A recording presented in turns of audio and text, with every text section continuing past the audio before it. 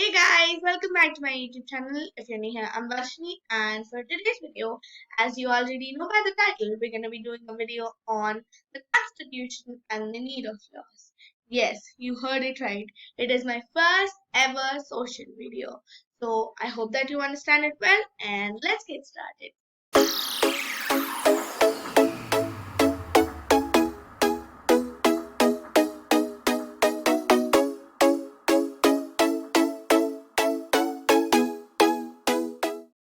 So firstly, let's know the learning objective of today's video. Firstly, we're going to be learning about the introduction of the chapter, importance of constitution, need of laws and laws in dissent. So firstly, let's start with the introduction of the chapter and know what is the constitution. The constitution is an important document laying down the fundamental principles of the country. Thus, it is also known as the fundamental law of the country. The Constitution was drafted on 26 November 1949 by B.R. Ambedkar and Dr. Rajendra Prasad, but it came into effect on 26th January 1950. That is the day when we celebrate our Republic Day. The importance of our Constitution. Our Constitution has valuable information about the parts of the country, the government duties, and etc. 2. It has a system of checks and balances to prevent the misuse of power. 3. Our Constitution gives some rights to the minorities. Do you know why?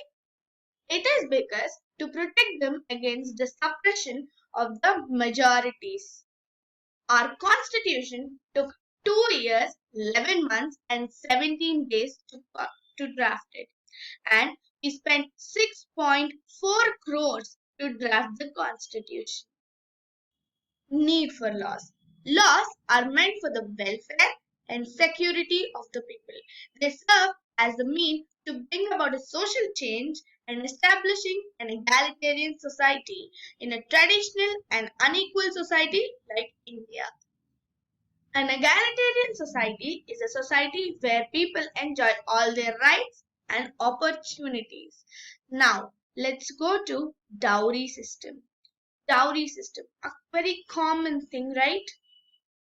Dowry system, female feticide, and alcoholism are some of the social evils that are present in our country. Now, let's learn them and start with dowry system. What is dowry system? Dowry system is the process of the female or the bride giving the groom's family or the man's family money, also known as katnam in Telugu. Sometimes the inability to fulfill the demands of the groom can also lead to physical or mental torture to the bride from the groom. To curb the practice of dowry, the government passed the Dowry Prohibition Act in 1961. But still, the dowry takes place. If the dowry taking place is caught by a government official, it results into imprisonment and fining. The second social evil is female feticide. Very bad one. In the female feticide, when a baby or a child is in the mother's fetus, actually you can know the gender.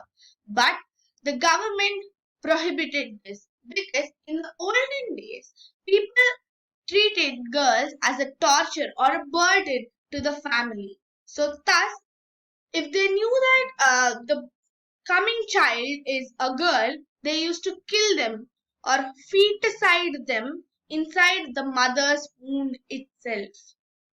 In 2011, census showed a decline of number of females to the number of males. To prevent the practice of female feticide, the government passed a law of PNDT, Parental Diagnostic Techniques, in 1994, but it came to effect on 1st January 1996. This PNDT Act prohibits the disclosure of the sex of the baby before the child is born. Laws and dissent. As we know that laws are meant for the welfare and security of the people. But sometimes there are issues in the laws where the law might not be in the favor of the majority of the people. That is when the dissent takes place. The dissent means fighting against the law, like doing bandhs, dharnas, and etc. This takes place many times in the past. So let's take some examples. Number one, the salt satyagraha of 1930. At that time, the British imposed a law stating that no individual except British was allowed to make salt. On 12th March, Gandhiji, along with his followers, walked from the Sabarmati ashram in Ahmedabad to Dandi, a village in the west coast of India. And there he made his own salt using his hands. And this marked the starting of the civil disobedience movement, which we'll be learning later on.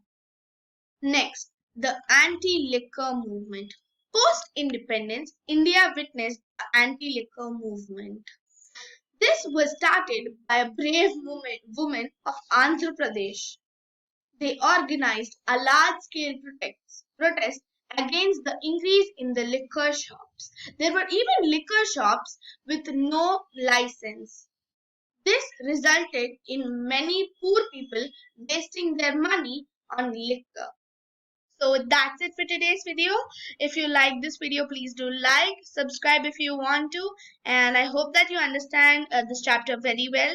It is a little bit of a lengthy chapter, but I explained it to you very easily and crisply. Hopefully you understand it. Thank you. Bye.